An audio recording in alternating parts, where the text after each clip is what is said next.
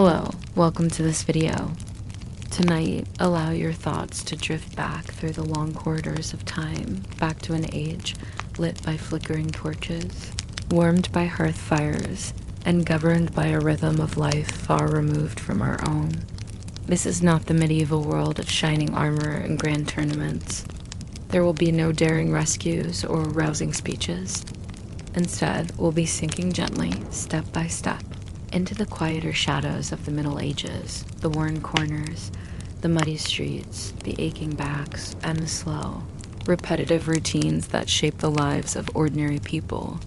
So find a comfortable position, let your shoulders soften, let your breathing slow, and imagine, just for a while, that you have awakened, barefoot and blinking, in a medieval village where the rooster cries at dawn and the world smells faintly of smoke, straw, and damp earth. It begins before the sun, not with an alarm or a soft chime, but with a shiver. Your sleep ends the moment the chill seeps into your bones, that early morning cold that settles in the straw, creeping through threadbare blankets. The floor beneath you, packed dirt or worn wood, holds the memory of night. Your joints ache slightly as you turn. You've slept in your tunic, not out of laziness, but necessity. There's no nightwear, no pajamas, and you're not alone in the room. You never are. A child stirs beside you, perhaps your younger brother, or an elderly parent who murmurs something and drifts back to sleep. The cottage is a single room, shared. Every sound, every breath, every cough is part of your morning. The fire has burned down to embers. Just faint orange glows beneath a gray crest of ash. It's your job to stir it back to life. Not for comfort, but for survival. You grope for the flint and steel. Strike once, twice, 10 times. The spark finally lands in the dry bundle of hay. You blow softly, patiently, coaxing it into a thin ribbon of smoke and finally a small flame. The cottage comes to life slowly. Chickens begin scratching outside. A sheep bleats faintly in the pen. From beyond the walls, in the misty distance, a church bell tolls. Not for you, not today. It is a holy day only for the few who can afford not to work. You rise. Your body is stiff, sore from yesterday's labor. There are no baths waiting, no sinks with warm water. If you're lucky, there's a bucket half full from last night, and you can splash your face before stepping into your shoes. They're worn, cracked leather, and likely not even yours. They might be shared or handed down. Breakfast is not breakfast as we know it. It's a few bites of yesterday's bread, dense, coarse, slightly sour. If there's any pottage left from the pot hanging over the fire, it's ladled into a rough wooden bowl. Pottage is a catch-all. Barley, onions, leeks, whatever herbs were gathered, and maybe, just maybe, a bit of salted meat from the market. Though that's rare. You eat slowly, chewing the crusts with quiet attention. Not because the food is delicious, but because it must last. There's no guarantee of lunch. And then work begins. If it's summer, you'll be in the fields almost immediately. The sun rises early, and so must you. You shoulder your tool, a wooden-handled hoe or a sickle with a dulled edge, and trudge through dew-drenched grass toward the strips of land you tend. You don't own them, of course. They belong to the Lord. Your labor, like your life, is owed to him in exchange for the right to farm a few small patches of earth for your own family. The work is repetitive, backbreaking, and never truly finished. You weed, you till, you plant, you harvest, you repeat. The soil is uneven, sometimes too dry, sometimes too damp. A good crop might mean a slightly fuller table in winter. A bad crop means hunger. By mid-morning, your hands are already stained with earth. Your knees ache. You pause, not for a break, but to shift your grip. You may work alone or beside neighbors, and conversation is sparse. There is little energy to spare. Children, if old enough to walk, help too. They scare away birds, gather firewood, carry water from the stream. Childhood, as we know it, doesn't quite exist. There's no schoolhouse, no toys carved just for fun. Only tasks. Small hands learning big responsibilities. And always, you are watching the sky. Too much rain and the crops drown. Too little and they wither. Nature does not answer to prayers, but that does not stop them. Every village has its holy days, its saints, its seasonal rites. The churches nearby and the priest, often the only literate man, speaks of suffering as the path to grace. By midday, your stomach grumbles again. There is no packed lunch. You might have a bit of bread tucked in a cloth, or a cold onion, perhaps a boiled egg if your chickens have been kind. You eat with your hands, sitting beneath a tree if you're lucky, or hunched over your knees as you work. There's no cutlery for you. Knives belong to wealthier tables. Then it's back to work. The sun moves slowly across the sky, and time is measured not by clocks, but by tasks. You finish hoeing one section, you check the animals. You mend a fence, you gather firewood for the evening. At some point, someone mentions a neighbor who fell ill. You nod quietly. Illness is not unusual. Coughs linger, fevers come and go, and sometimes they stay. There's little a healer can offer but herbs, prayers, and hope. As the sun lowers, the village begins to gather signs of life again. The smell of cooking fires rises from chimneys. Smoke curls lazily into the twilight. You return home. There's no sense of off the clock. There is still work to be done, tools to be cleaned, animals to be secured, water to be fetched again. Your muscles burn, but you're used to it. Dinner is another helping of pottage, if there's anything left. Maybe a small wheel of cheese, if you've bartered well. The family eats together, quietly. Conversation is soft. It's dark inside now, and candles are a precious luxury. One tallow candle may be lit, thick, smoky, and faintly unpleasant smelling. You sit by the fire, warming your feet. The light flickers against the walls. Someone begins mending a tunic, squinting in the low light. Someone else nods off. A baby fusses and is hushed. You lie down again on your straw mattress. It's not particularly warm, but it's familiar. There's no writing in your life, no mirrors, no photographs. No record of your day, no history book that will remember your name. And yet, this life is not empty. There's rhythm. There is routine. There is community. And so the day ends ... as it began. With silence and slow breathing and the weight of another day just like it, you close your eyes, not because you are relaxed, but because you are exhausted, and tomorrow, it begins again. Now that your feet have walked through the soft, uneven ground of a village, let us step carefully through corridors of stone, not grand ones filled with music and gold, but quieter ones, draped in shadows and whispers. We're entering the life of a man born to rule, but not built to carry the weight of what he was given. A life marked by splendor and unraveling. The year is 1377, and the boy who becomes king is only 10 years old. His grandfather, Edward III, has just died, a giant of a monarch who ruled for 50 years. Richard's own father, the famous Black Prince, had died earlier, worn down by illness and war. And so, young Richard steps into the crown far too early. Imagine him, slender pale, sitting quietly on a carved wooden throne. His hands, barely large enough to hold the ceremonial orb, rest awkwardly in his lap. He does not yet know what it means to rule.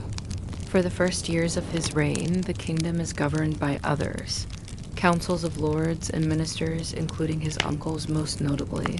John of Gaunt, a powerful calculating man who knows how to move pieces on a board. The country is tense. The 100 Years' War is dragging on. Taxes rise, harvests fail, and beneath the surface, resentment brews.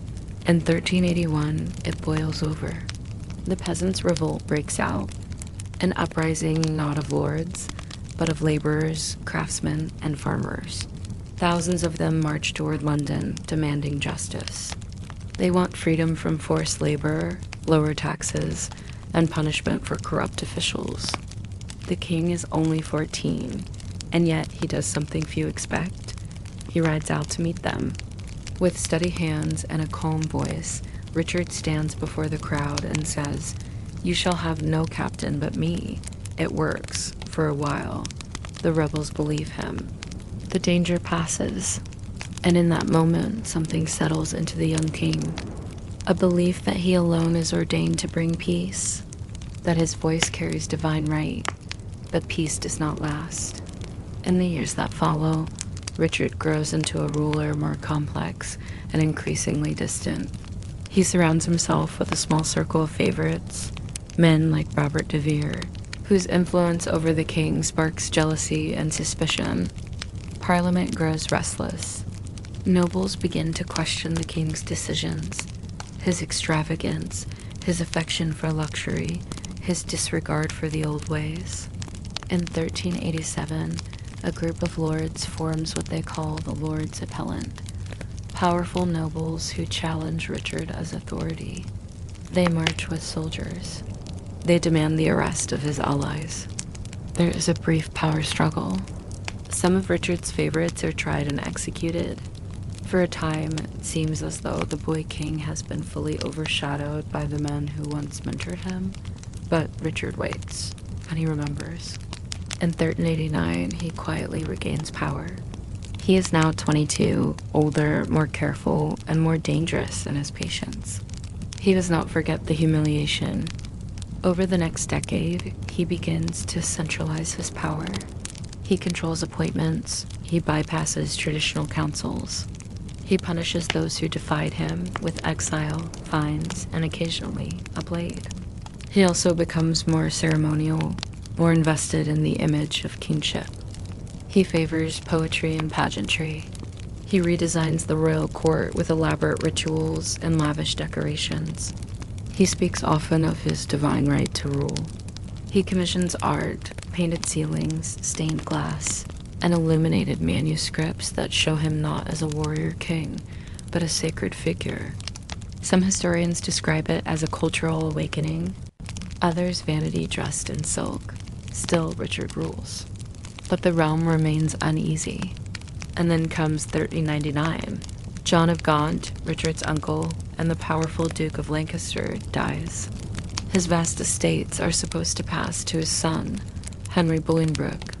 But Richard, perhaps fearing a rival too great, seizes the inheritance. He exiles Henry and claims the lands for the crown.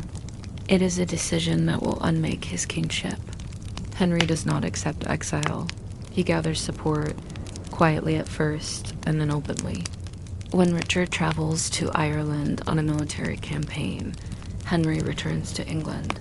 He is welcomed not as a rebel, but as a restorer of order. Many nobles, tired of Richard's rule, join him. Castles open their gates, soldiers defect. By the time Richard returns from Ireland, it is too late. He is captured without a battle, no dramatic last stand, no storming of the capital. He is brought to the Tower of London, then moved to Pontefract Castle in the cold north. There, behind thick stone walls, Richard spends his final months. His voice, once public and proud, is heard by almost no one. Some say he went mad, others say he wept. Some say he starved himself. The truth, like so much of his reign, is elusive. He dies in early 1400, likely by neglect or quiet design. Henry Bolingbroke becomes Henry IV. A new line of kings begins. Richard is buried without fanfare. No grand procession. No triumph. His tomb, though later honored by his successors, remains a symbol of a reign that never found its footing. And so ends the life of a king who ruled in poetry, but not in strength. A boy who calmed a rebellion. A man who ruled with pageantry. A monarch undone not by war, but by waiting too long to listen. In Richard's story, there are no heroes or villains, only shadows, shifting loyalties, and a throne that was always slightly too large, a crown that weighed just enough to bend him beneath it. Now, we drift from bustling villages and royal courts into quieter terrain, the abandoned places of the past.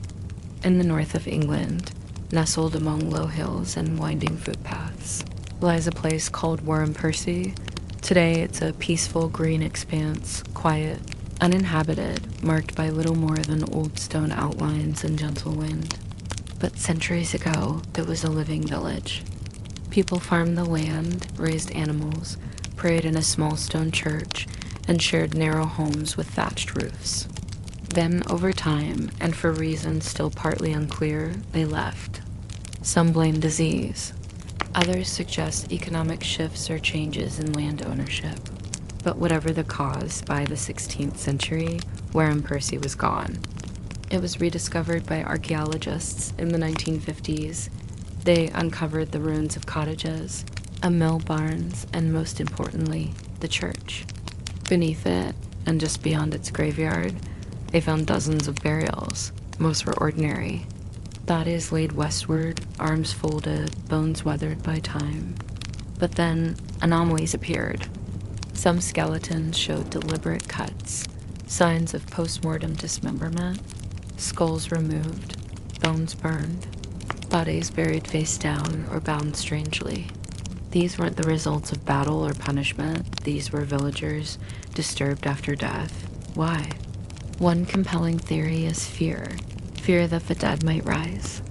Medieval Europe was full of stories about revenants, the walking dead. They weren't like modern horror figures, but rather symbols of spiritual unrest.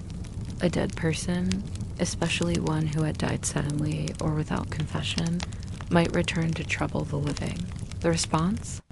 Prevent the return by removing the head, burning the remains, or pinning them in place. These weren't random acts of violence. The pattern suggests rituals. The villagers may have believed they were protecting their community, and they weren't alone in that belief. Similar burials have been found in other parts of Europe, from Germany to Ireland, each revealing a society trying to make sense of suffering, disease, and death in a time before science could explain what they faced. But even amid these unsettling signs, there was tenderness. Many graves held simple tokens, a rosary, a child's shoe, a worn clasp. People still mourned, still honored their dead, even as fear hovered near. Just beyond the graveyard, evidence of a monastic cell emerged, likely occupied by a few monks connected to a distant abbey. They grew herbs, brewed remedies, and likely offered prayers for the dying and the departed. In a collapsed storage room, archaeologists found shards of pottery, traces of sage, yarrow, and meadowsweet, herbs for healing, or perhaps protection. These monks were quiet figures. They wrote no books here, led no wars, but they may have sat beside villagers in their final moments, whispering prayers while smoke drifted from a clay censer. Eventually, like the villagers, the monks too vanished, likely during Henry VIII's dissolution of the monasteries. Their gardens turned wild. Their chapel fell into silence. By the mid-1500s, Wareham Percy was no longer a living place. But in its stillness, it tells a story. A story of fear, yes, but also of care. A place where ordinary people faced the unknown with the only tools they had: ritual, faith, and memory. There are no grand monuments here. No marble tombs or heraldic banners. Just low stones and fading outlines, and beneath them, the bones of those who once called it home. And now they rest. And we, centuries later, listen quietly, piecing together their world from the shape of a grave, the angle of a blade, the presence of a child's toy buried alongside folded arms. Even in fear, they remembered love. Even in death, they searched for meaning. And now, dear listener, we step quietly away from the fields and cottages, from the clatter of wooden tools and the echo of bare feet on earthen floors, into another kind of world. The air here is different, scented not with smoke and livestock, but with dried herbs, beeswax, and perfumed oils. The stones beneath your feet are colder, smoother. The ceilings above your head are higher, vaulted, carved. We are entering the realm of medieval nobility, not kings and queens at court, but the lesser lords, the barons and knights, the landed gentry, the upper class of the countryside. Their lives were more comfortable than the peasants, but not without limits. Let's begin in the manor house, your new home. It stands at the edge of a village, on a gentle rise in the land, built from timber or, if fortune allows, from stone. It is surrounded not by walls, but by land, fields, orchards, woods, and perhaps a small pond. These are signs of wealth. But wealth here is measured in land and labor, not gold. Inside, the great hall dominates the building, a wide, echoing room, open to the roof beams, with smoke drifting toward a small hole at the peak. The hall is the center of your life. Feasts are held here. Justice is delivered here.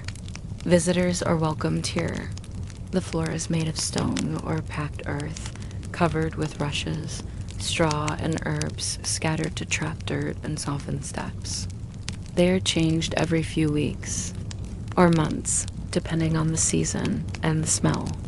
The walls are lined with tapestries, not only for decoration, but insulation. They depict scenes of legend, the hunt, or religious imagery. A unicorn caught in a thicket, a knight kneeling before the Virgin, or a king crowned by angels. Above the hall is the solar, a private upper chamber for the family. This is where the lord and lady sleep, apart from the servants, a rare luxury. The bed is large, four-posted, with linen sheets and woolen blankets, sometimes even a feather mattress. It is warmer than the cottages below, but still cold in winter. There's no glass in the windows, only shutters, and in colder months, they remain closed against the wind. You wake early, not at sunrise, but not long after. There is no alarm clock, only the rhythm of life, the sound of a servant placing firewood in the hearth, the rustle of pages from the chapel below, the soft clatter of a kitchen beginning to stir. You begin your day with prayer, perhaps in your private chapel or beside a crucifix near your bedside. A short devotion, a whispered song, a gesture of humility before a day of responsibility. Your clothing is layered, tailored, and warm. Tunics of fine wool, undergarments of linen. If you're a lady, you might wear a gown with a fitted bodice and trailing sleeves. If you're a lord, a doublet or long surcoat, dyed in colors that speak of your status. Deep blues, forest greens, wine reds. You break your fast not with eggs or sugar, but with bread and ale, soft white bread, made from refined wheat, and a light, often sweet ale brewed by your own servants. On better days, there may be cheese or a preserved fig, or perhaps a slice of cold meat left over from last night's table, but this is not a feast. Breakfast is light, practical. The workday still lies ahead. As a lord, your responsibilities begin immediately. You oversee the manor's operations, grain stores, rents owed, repairs needed, disputes settled. You meet with your reeve, the chief steward, and hear reports from the bailiff. You might walk the estate, check the progress of a new barn, or assess the state of the fields. You do not plow or plant, that is not your place, but you must understand the work and ensure it is done. Occasionally, you sit in manorial court, where tenants present grievances or confess wrongdoing. Fines are imposed, land rights reviewed, marriages approved. Justice is not distant, it is personal, and it rests in your hands. As a lady, your work is no less important, though different in form. You manage the household, staff, supplies, guests, the sick room, the still room. You supervise the weaving of cloth, the brewing of ale, the curing of meat, the making of candles. You ensure the kitchen is stocked, the pantry clean, the linen aired. You tend to the spiritual needs of the family, organizing feast day rituals, donating to the poor, and keeping the family book of hours near at hand. You might spend hours in embroidery, not for beauty alone, but to craft altar cloths, heraldic banners, and dowry items for your daughters. You also raise your children or oversee their education through hired tutors and clerics. Boys learn Latin, swordplay, and law. Girls learn music, needlework, manners, and piety. But always there are interruptions. A visiting cousin, a sick Kenneth's child, a leaking roof, a letter from court requesting soldiers, wool, or funds. In the afternoon you may ride, your horse well fed, your saddle padded with wool. The countryside is yours to patrol, to survey, or simply to breathe in. Hawking is common, a falcon resting on your gloved wrist as you move across the meadows. When you return, it is nearly time for the evening meal. The table is long, covered in a linen cloth, and set with wooden trenchers, pewter goblets, and shared knives. Servants bring in platters of food, roasted meats, stews, pies filled with veal, fish, or berries. There are sauces made with spices from afar, cinnamon, ginger, pepper. These are expensive symbols of status. Bread is soft and white, soaked in broth. There's ale and sometimes wine. Yet even this display of abundance has its rules.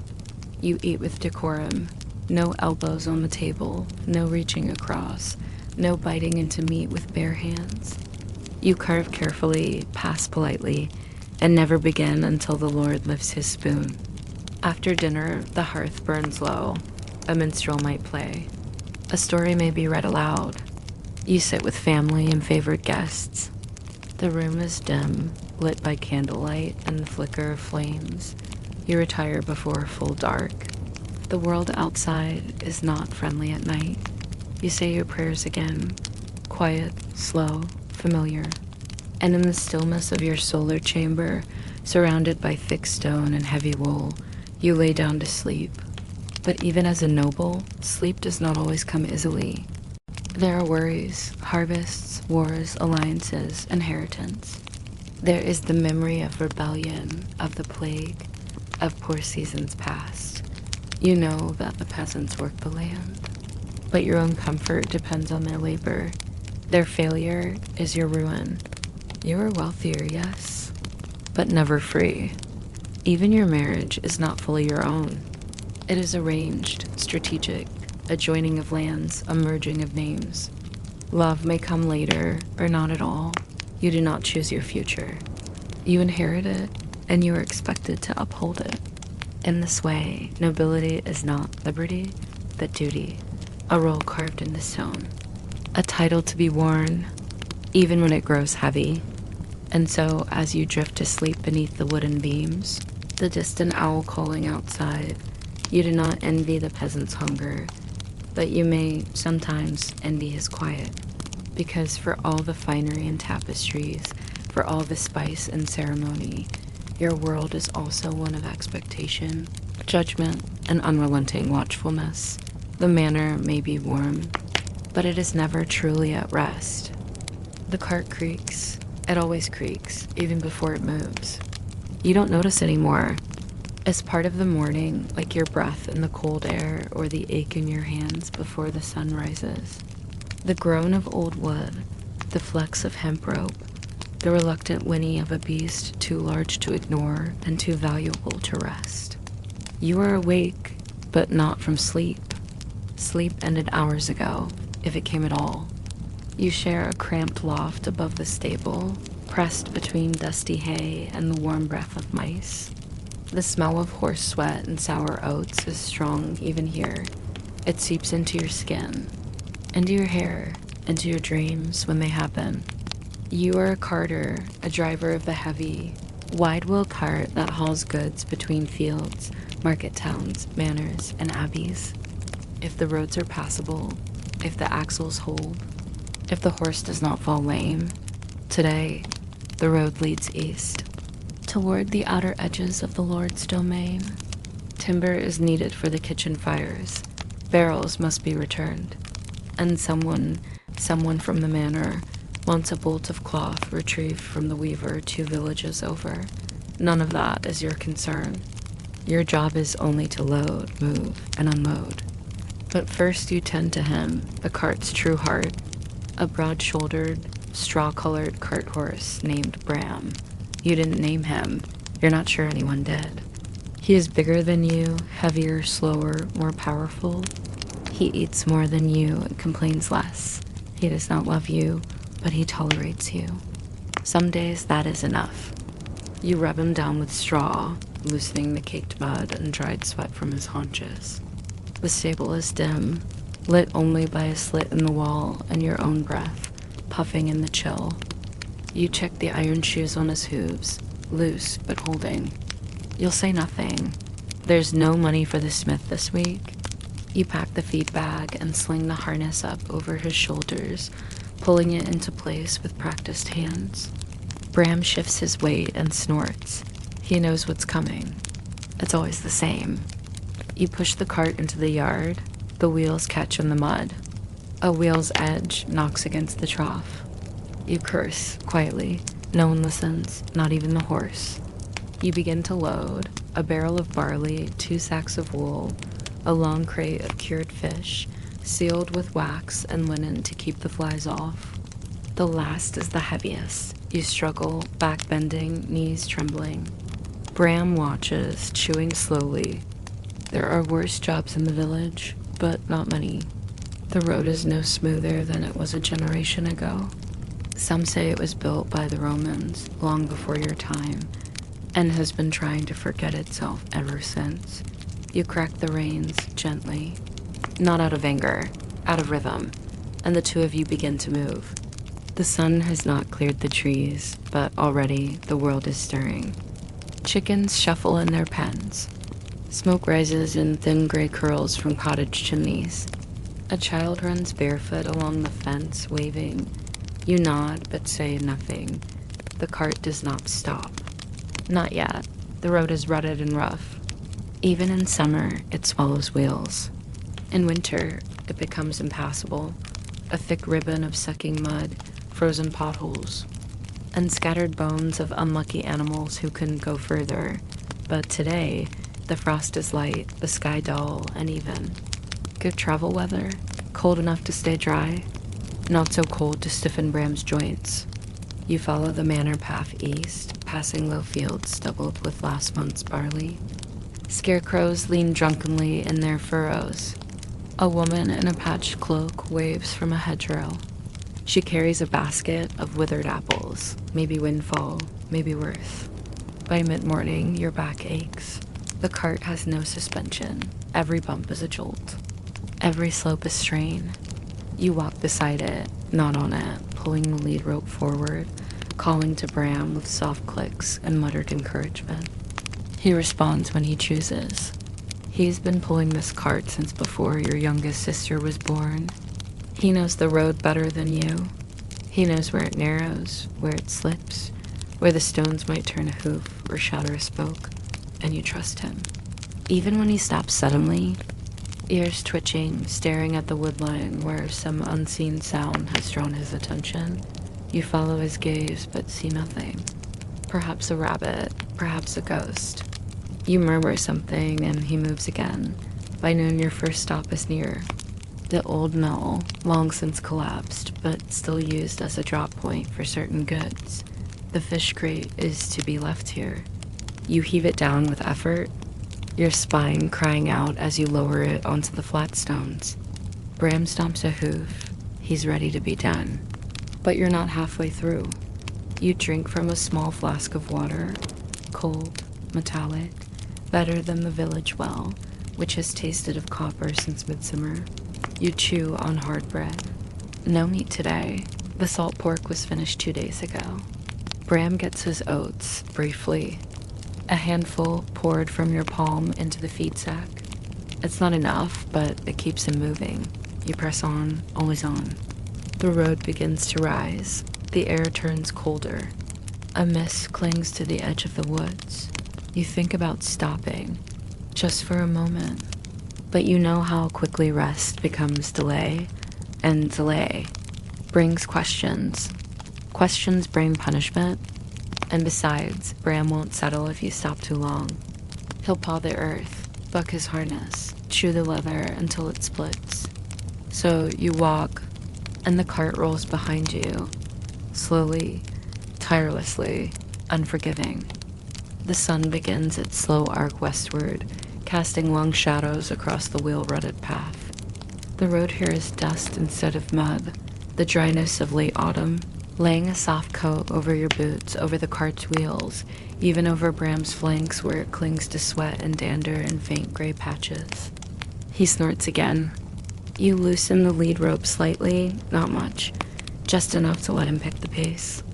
The hills to your left are low and rolling, treeless but wind-scoured. To your right, the trees thicken. First hazel and alder, then the deep, straight trunks of beech and elm. It's quiet now. Fewer birds. Fewer sounds at all, really. You know this stretch. It always feels strange. Like it's between places, between times. The locals call it Dunsmuir Hollow, though no mere hollows run here. Only the memory of something once rooted and now gone. You remember stories about this road. Old ones. A bishop's cart once tipped here, they say. His cask of sacramental wine broke on the stones, soaked the earth red for 3 days.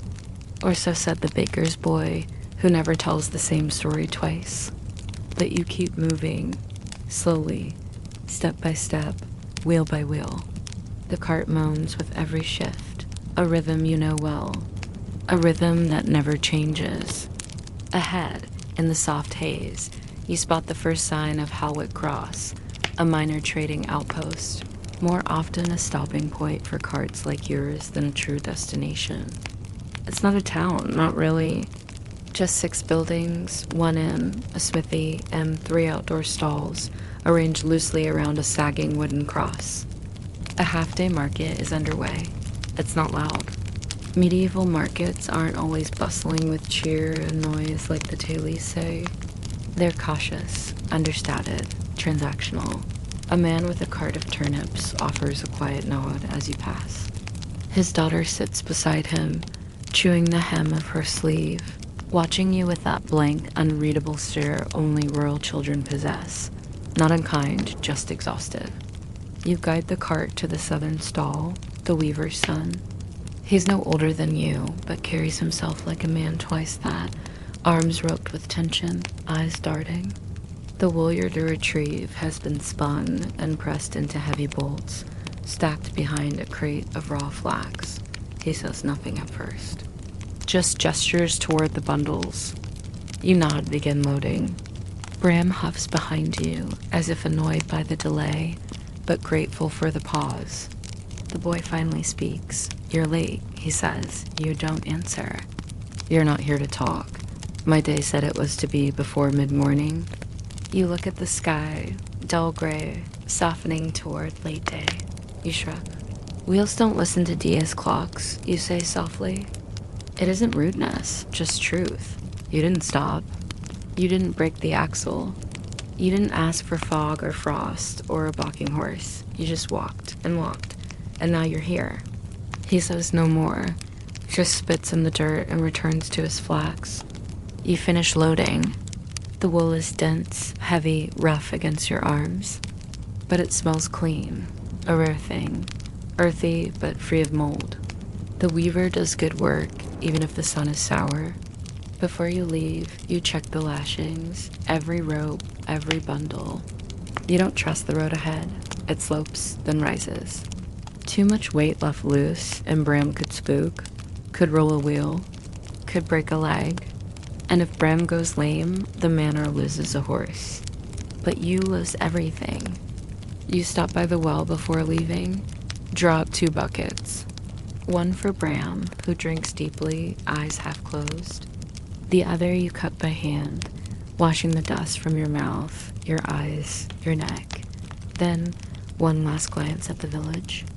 No farewells, no thanks. Just slow wheels turning again. You leave Howick Cross in near silence. Only the cart, the horse, and the soft thump of your boots in dry dust. You think of supper. There's a crust of bread left in the pouch, maybe a clove of dried garlic tucked deep at the bottom. If you're lucky, your shoulders burn. One strap of your tunic digs into the skin where sweat has soaked the linen through. Your belt hangs looser than it did 2 months ago. You make a note, silently, sew another notch in it, later, if you remember. A few hours more, and the sun will fade. You'll need to decide soon. Push onward to the manor, risk the last 2 miles in twilight, or camp at the field turn, where the ground is flat and the trees part wide enough to feel safe. You know what the steward would say, get it home, delay costs coin. But the steward doesn't know the road the way you do, the way Bram does. You press your hand against the horse's side. He's damp, but steady, still strong. Still pushing forward with that familiar, resigned rhythm. You whisper, not words, but noises. A habit from childhood. Low clicks, hums, vowels with no shape. Bram flicks an ear.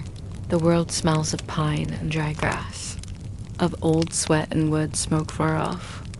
You are a single figure, barely noticed, yet carrying the motion of 3 villages worth of commerce on your wooden cart.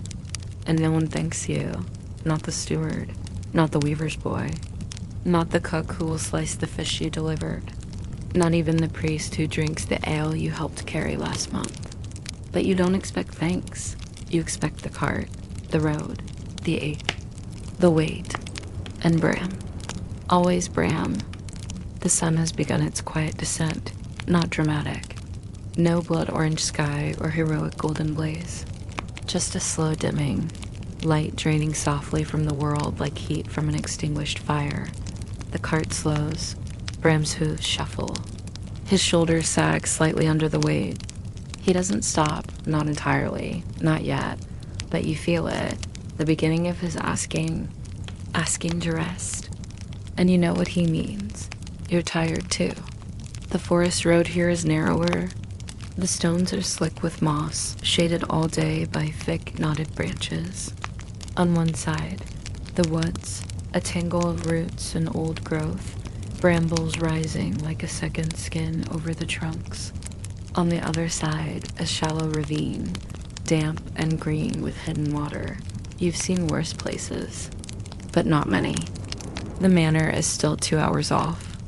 Maybe more if the trail is choked, and this path, this stretch, is rarely used. Even the other carters avoid it when they can. There are stories. Always stories of lights seen between the trees. Of soft voices calling names no longer spoken. Of boots found in the road with no sign of the man who wore them. Nothing confirmed, of course, just tales. But tales have roots too. You don't laugh at them. Bram doesn't seem to like it here either. His ears are back, his step uncertain. And so you decide you'll make camp. Not long after, you find the old crook tree, the one that leans sharply to the left, bark split open by a lightning strike sometime before you were born.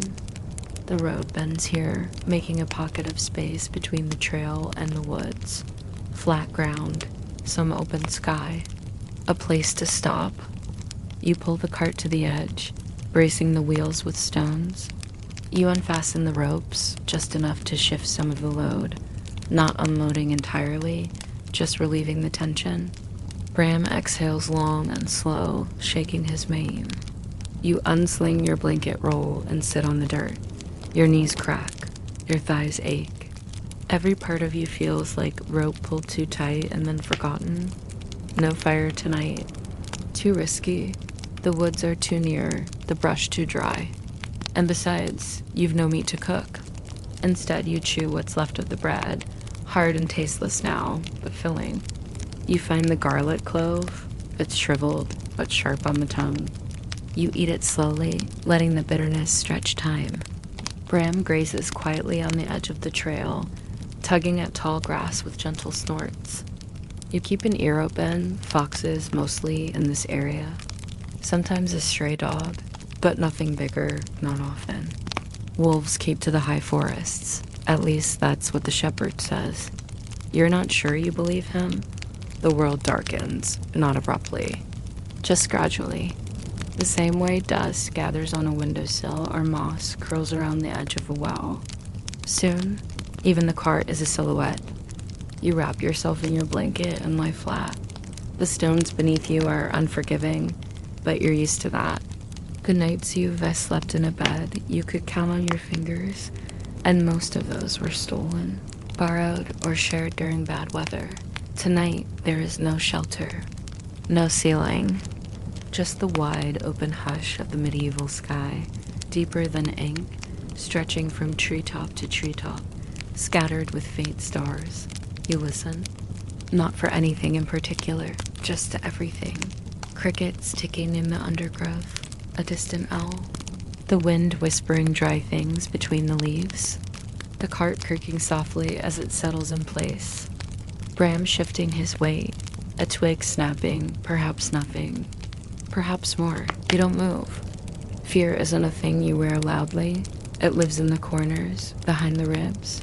It doesn't shout, it reminds, so you lie still. You think of the steward, the way he tightens his jaw when you're a day late, the way he fingers the tally stick, pretending to think, but already knowing what he'll say. You owe for the horse's feed. You owe for the broken rope. You think of your mother, a vague shape now, buried before you could carry your own water pail. You think of your brother, last seen walking toward the coast, chasing a soldier's coin. You think of nothing and everything, because that's what the road does. It empties you. Eventually, you drift. Not fully asleep, just under the surface. A half-sleep shaped by wind and memory, and maybe, just maybe, the faint sound of footsteps, not Bram, not yours, not real. You open one eye. Nothing, but the woods feel closer now, like the dark has crept forward tree by tree. You sit up slowly. The moon is low and misty. Bram is awake, ears tilted. You hear it again. A rustle, low, close. But still no shape, no torch, no voice. Just the impression of something moving. You rise quietly. Take a step toward the cart, one hand on Bram's rope, the other near the haft of your dull, rust-pitted eating knife. Then nothing. Silence again. Except for your own breath. You wait a long time. 5 minutes, 10, maybe more. Finally, Bram lowers his head and grazes again. You do not know if that means safety, only that, whatever it was, it is gone, or is waiting. You don't sleep much the rest of the night. Morning doesn't arrive all at once. It slips into being not with light, but with sound. First the crows, then the slight shift of damp wind across your face. And only after that, a slow glow behind the trees, pale and reluctant. You sit up stiffly, your blanket damp from ground moisture. Your joints resist you, the way cold iron resists bending. Your neck creaks. Your back is a patchwork of small pains, none sharp, just persistent. Bram is already awake. He hadn't slept much either, you think. He stands just beyond the tree, chewing slowly. His breath leaves little clouds in the mist. And yes, there is mist. A low, heavy fog that lies along the trail like a tired dog. It swallows sound. It turns everything gray, not silver or white, just the kind of dull gray that belongs in the cracks of old stones. You stretch your legs, pull your blanket tight around your shoulders, and step toward the cart. Everything is damp. The leather of the lashings has gone soft. The wooden wheels glisten faintly, though no rain fell. You check the loads. Still intact. Still balanced. But something feels off. You can't name it. Only that this morning is too quiet. Even the forest, usually so eager to spill bird call at dawn, is muffled. A single finch chirps once. Then silence again. You turn your face toward the road ahead, barely visible now, swallowed by the curling fog. You consider waiting. An hour, maybe 2. But time is not your ally. The steward watches the light in the manor's hall like a clock. If the cart does not return before the sun rises above the hilltop, there will be questions, and coin docked, and remarks that never quite sound like insults, but still cut. You fasten the ropes, check Bram's hooves, and murmur to him gently. He hesitates, just a moment, then steps forward, and the cart begins to move once more. You make slow progress. The fog clings to everything, your hair, your sleeves, the rope in your hands. It has weight like wet wool. The air tastes faintly of peat and ash, though no fire burns.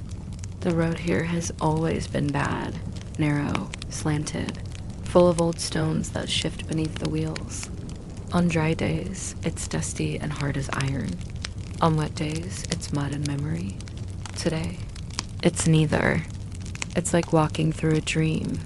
You guide Bram carefully, watching his feet more than the path. You can't see far ahead. Every shape is blurred. Bush becomes boulder, tree becomes movement. Shadows stretch in the wrong directions.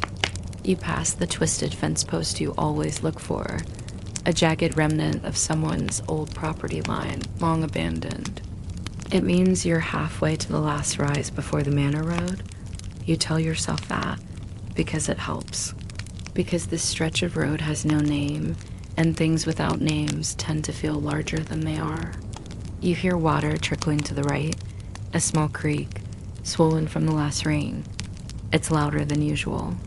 Maybe the fog amplifies it, maybe it's closer than it should be. Then something moves. A shape, to the left. Quick, too quick. You stop. Bram stops.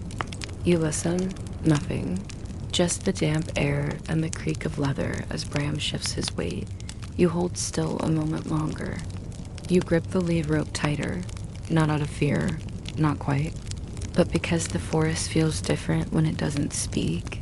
Then something else. Footprints, not yours, not Bram's. Fresh, in the mud just ahead. Shallow but recent, human but barefoot. You feel your shoulders tense. You glance behind you, only fog. You move forward again, slowly, carefully. 10 minutes pass, maybe more. Then the road begins to rise, a gentle slope, but difficult with the cart.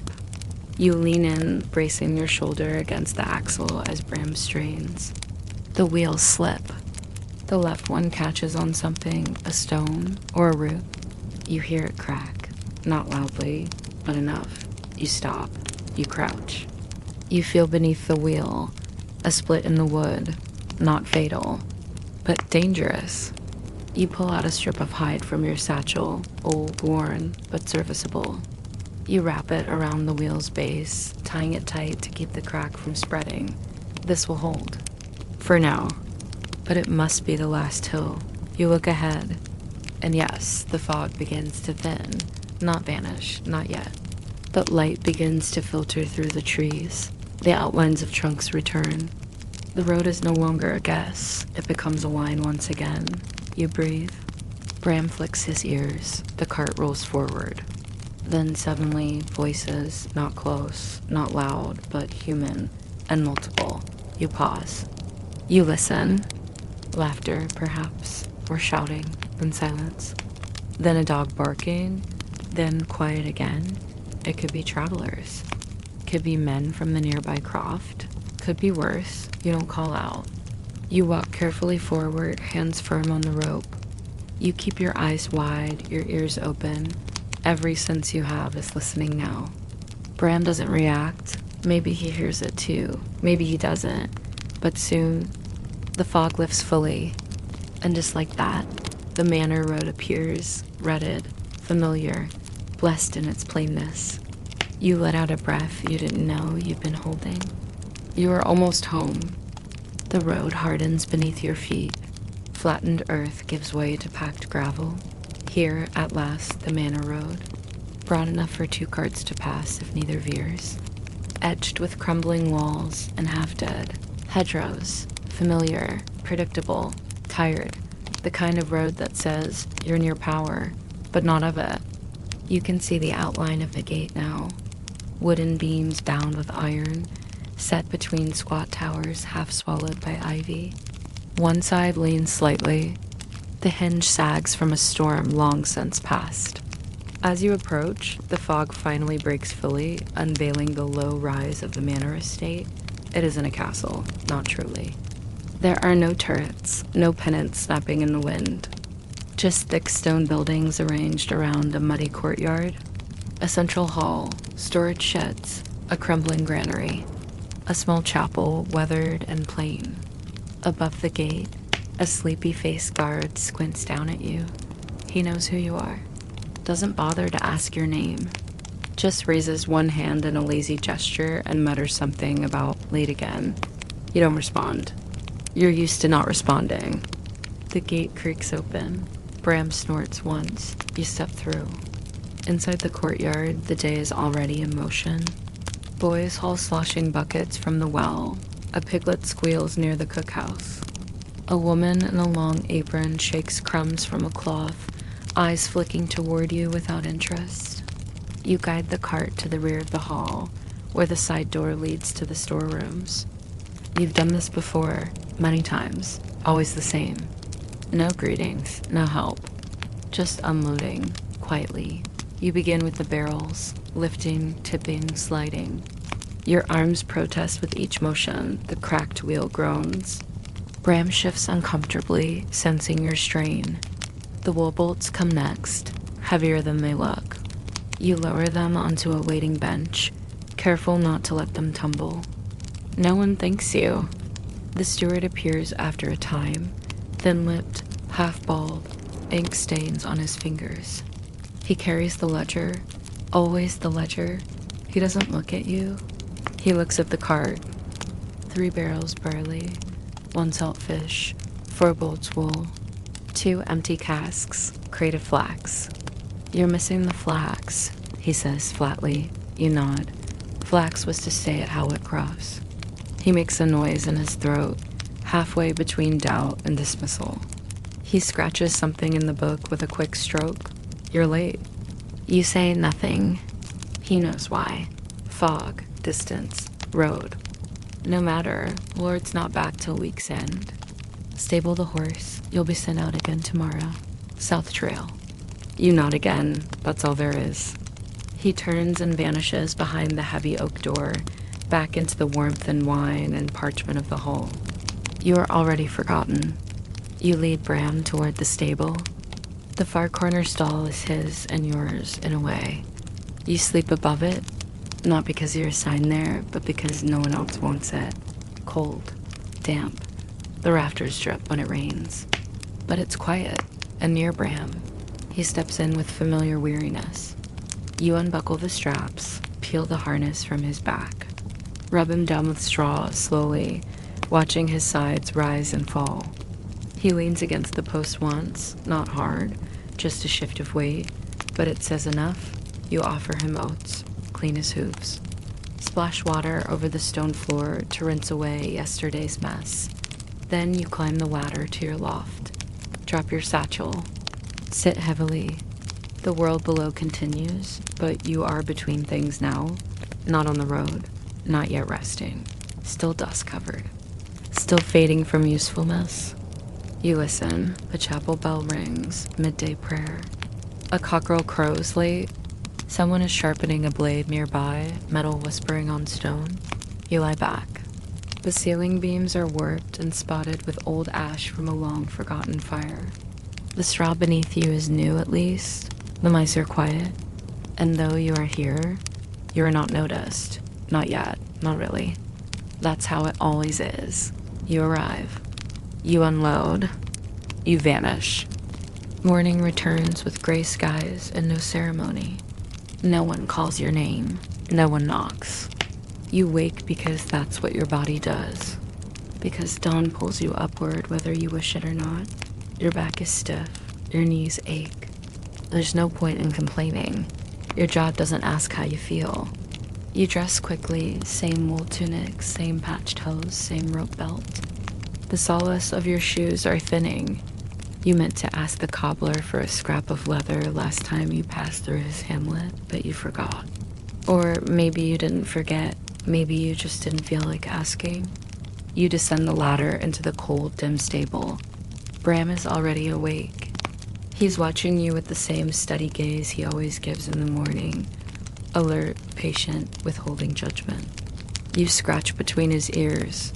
He shifts his weight but doesn't lean into it. You fetch a handful of oats and pour them into the trough, then move to the tack wall and lift the harness. No words pass between you, but then none are needed. You already know the steward's orders. South Trail, Abbey Road, 3 deliveries. Return before sundown. No map, no note. Just the route you've known for years. The cart is lighter this time. A barrel of pickled beets for the village south of the stream, 2 sacks of dried lentils for the convent, and a wooden chest locked and sealed with wax bound for the Abbey Library. You don't ask what's inside. You don't want to know. You've learned in time that the fewer questions you ask, the fewer answers you owe. You check the cracked wheel, still holding from your makeshift repair, still wrapped in hide. You add another knot to reinforce it. You test the axle with your boot, listen for complaints. It answers with a low groan, but it doesn't protest. That's enough. Bram is hitched and steady by the time the first hint of color touches the sky. You set out again, 1 foot forward. Then another. Then another. The same rhythm, the same road. The southern trail is familiar. Fields broken by stone walls, winding ditches, and moss-slick footbridges. The mud is soft today, the kind that clings to wheels and threatens to pull off your boots if you step too deep. The world smells of damp earth and smoke. Somewhere nearby, someone is burning wet wood. You see the smoke before you see the source. A thatched cottage with a crooked chimney and a dog sleeping beside a cart frame that has no wheels. You nod to the woman in the yard. She nods back. Neither of you says a word. A half-mile further, the road splits. You veer left, following the creek line. The water is higher than usual. Fast-moving, cold. It talks in low murmurs, spilling over rocks and swallowing dead leaves. You cross the old Clapper Bridge, flat stones laid by forgotten hands. Bram steps cautiously. The cart rattles behind him, but holds. Mid-morning brings your first stop, a farm hamlet just 4 houses wide. A man with an empty wheelbarrow waves to you. His son trails behind, trying to balance a bundle of kindling taller than himself. The boy stumbles. The man barks. The boy nods, tries again. You pull the cart to the cookhouse, unload the beets, nod once at the steward's contact, a quiet woman with ash on her apron and a bandage wrapped around her hand. She doesn't thank you. She just points to where you should set the barrel. You do. Then leave. No one watches you go. Back on the road, the sun begins its gentle climb. You wipe your brow with your sleeve. The wind smells of rosemary and manure. Bram plods along, unfazed, always forward. His ears twitch occasionally at unseen birds. His hooves find their rhythm. You whistle, not a tune, just sound, a way to mark the time. Then comes the convent. High stone walls, iron gate, 2 chickens pecking at the base of a crumbling statue. You don't knock. Just wait. A girl, no older than 12, opens the gate and gestures for the sacks. You carry them to the side building. Stack them near the root cellar. She hands you a scrap of linen with a seal, proof of delivery. She doesn't meet your eyes. You leave without a word. The road narrows. Now it's just mud and hedge. This is the stretch most carters dread, twisting and choked with overgrowth. Never dry, never wide enough. You know every rut, every rise. Every place where the wheel might catch. You move carefully. You pass the old gallows tree. They say no one has hung there in your lifetime, but the branch still leans low and crooked, and the rope marks never fade. Bram doesn't flinch. You don't either. The abbey appears at last, stone rising, like a quiet wound on the horizon. Gray, severe, humble. The kind of place that pretends it doesn't notice the world, but watches it anyway. You pull into the yard and stop near the gatehouse. A monk emerges slowly. His robe is stained with ink. His sandals are falling apart. He greets you with a nod, not warmth, but not contempt either. You unload the chest. He examines the wax seal. Satisfied, he points toward a side door. 2 novices take the chest from you. You turn to go. The monk speaks, finally. You'll be back next week? You nod. Good, he says. The road remembers you. You don't know what that means. You don't ask. You leave. By the time you return to the Clapper Bridge, the sun is lower. Your knees throb. Your stomach is hollow. The sky is a pale smear of silver and yellow. You guide the cart homeward. Not with joy, not with sorrow, just with repetition. Because that is the rhythm of your life, a rhythm without applause, without recognition, but somehow still that's a steady. Evening settles like dust, not sudden, not dramatic, just a slow thickening of shadows, the soft hush that comes when the world begins to wind down but still hasn't to stop moving. The wheels groan a little louder now. The road home, the final stretch, is uneven, as if time itself had forgotten to smooth it over. You feel every rut, every dip, every place the road resists your weight. Bram walks slower now. His steps are heavier, not from stubbornness, but from the long, slow burden of a life spent walking. You don't urge him on. You match his pace. The rhythm of your steps, his hooves, the cart's squeak, it's familiar, repetitive, a kind of music for people like you, the ones who live beneath the noise of history. You pass the willow tree that marks the last bend before the manor, the one that always leans like it's eavesdropping. The road smells of wood smoke and damp stone, the scent of evening bread, maybe, if the cook's been kind. The sky is washed in a low, tired blue, tinged with the rose and rust of the setting sun. Birds fly low, chasing insects near the hedgerows. A fox eyes you from a gap in the field wall, then vanishes. You don't wave. The fox wouldn't care. The manor gate comes into view. This time, no guard watches. The door is open, a crack wide enough for the cart to pass without pause. No one has waited for your return. You're expected, but not noticed.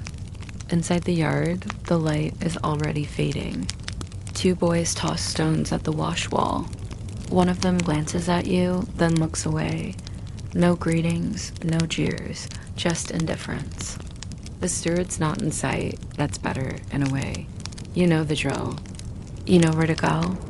You pull the cart around the side of the storehouse and begin to unload the empties, the barrel, the sacks. You leave the linen scrap from the convent on the hook by the door. The ink-stained monk's note is still tucked in your sleeve. You'll deliver it to the scribe tomorrow, if he's sober. Bram shifts as you work. He's calm, but tired. He's always tired. You speak to him under your breath, not real words, just sounds. Habit, comfort, not for him, not really. For you, by the time you lead Bram back into the stable, it's almost dark. The lanterns haven't been lit. The boys must be late again. You fetch one from the hook and strike the flint. The flame flutters, then steadies. Bram's stall is as you left it, dry, plain, cold. You strip off the harness, brush his back gently. He doesn't flinch. He never does. You comb through his tail with your fingers, pulling out burrs. One by one, slowly. Then the oats. Then the rinse bucket. Then the quiet. You linger for a moment longer than usual, leaning against the post, listening to the sounds, Bram's breath, the shifting straw, the wind through the cracks in the stable wall. Outside, the manor moves on without you. The hall fills with voices, distant laughter, trenchers scraped clean, dogs bark at one another in the courtyard. A door slams, but here in the stable, the world is still. You climb the ladder to your loft. The straw is dry tonight. The mice are quiet. You lie back, arms folded under your head. The roof beams creak softly with the night wind. Your shoulders ache, but the ache is familiar, a good ache. A real one. Above you, through the slats, you see a single star. You wonder who else walked your road today. You wonder if their boots were lighter, their carts smoother, their bellies full. You wonder, but not for long, because the road will come again.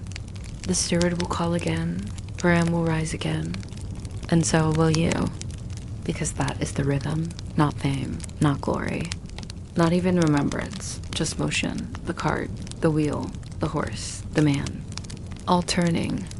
Not a perfect silence, not the kind that comes with vast snowy fields or still lakes at dawn, but the silence of settling.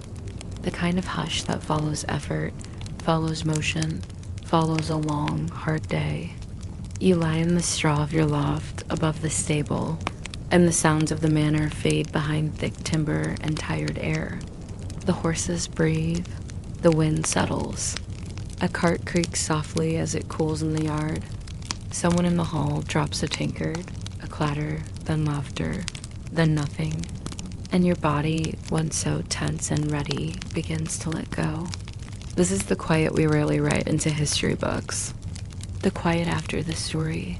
Historians often chase names, kings and queens, clerics and generals, nobles who left behind ink-stained letters or had statues carved in their image. They talk of events, crusades, coronations, revolts, of turning points and disasters and victories. But between those peaks, there's the long plain, the slow, quiet middle. And on that plain walked men like you, cart handlers, tanners, brewers, swineherds, charcoal burners, net menders, field hands, the unmarked and unnamed. You may not be remembered, but you existed. And the world turned because of you. Your day began before the sun, not because it was noble or meaningful, but because that was the only way to finish what had to be done. No rooster needed to crow. Your body knew the rhythm, your horse too. Between man and animal, there was no need for speech, just gestures, familiar patterns. Ropes pulled, wheels checked, oats measured. You moved through mud and mist and fading paths. You crossed through villages where no one remembered your name. You delivered sacks and barrels. You answered no questions and asked none. And when you returned, no one marked your time. This is not heroic. It is not thrilling, but it is real. And it built the world. When we imagine the medieval world, we often imagine pageantry, tournaments, feasts, stone walls, monks bending over manuscripts in quiet cloisters, knights returning from distant wars. But behind all of that, before the banner was raised or the church bell tolled, someone like you delivered the wine. Someone like you brought the flour. Someone like you led the cart through the last hours of light to ensure the Lord's table had what it needed. No one wrote your story, but you were always part of theirs. And there is something profoundly human in that rhythm, because what is more familiar to us, truly, than the small, repeated acts that keep everything moving, the quiet maintenance, the task done not once, but always. You rose before first light not to chase glory, but because someone had to. You hoisted the sacks, repaired the wheel, waited in the mist for the gate to open, not because anyone praised you, but because that was the shape of the day. And when it was over, you asked for nothing, not applause, not record, not story, just rest. In this, you are not unlike the wheel itself, round, turning, returning, carrying weight, never stopping, never marked. No wheel is honored, no cart is named in a poem, and yet, without them, nothing moves. The same might be said of men like you. Let us pause then and consider what it means to live a life without notice, not without meaning, not without effort, but without notice, no statue, no grave marked with more than a name and a year, if that. No mention in the steward as records beyond a tally mark for a late delivery or a broken harness. And yet, the roads were worn by your feet, the stables warmed by your breath. The grain reached the kitchen because your arms carried it there. What makes a life worthy of memory? Is it the sword drawn at a battlefield's edge? Or the hand that sharpened it the night before? Is it the sermon that moved the masses? Or the back that built the pulpit? There is, perhaps, a kind of peace in being forgotten. To not be burdened by legacy or myth. To be simply and deeply part of the rhythm. The sky, the road, the hoofbeat, the turn. The loading, the delivery, the silence, the breath of the horse beside you as you sleep. This is not glory, it is not epic, but it is something true.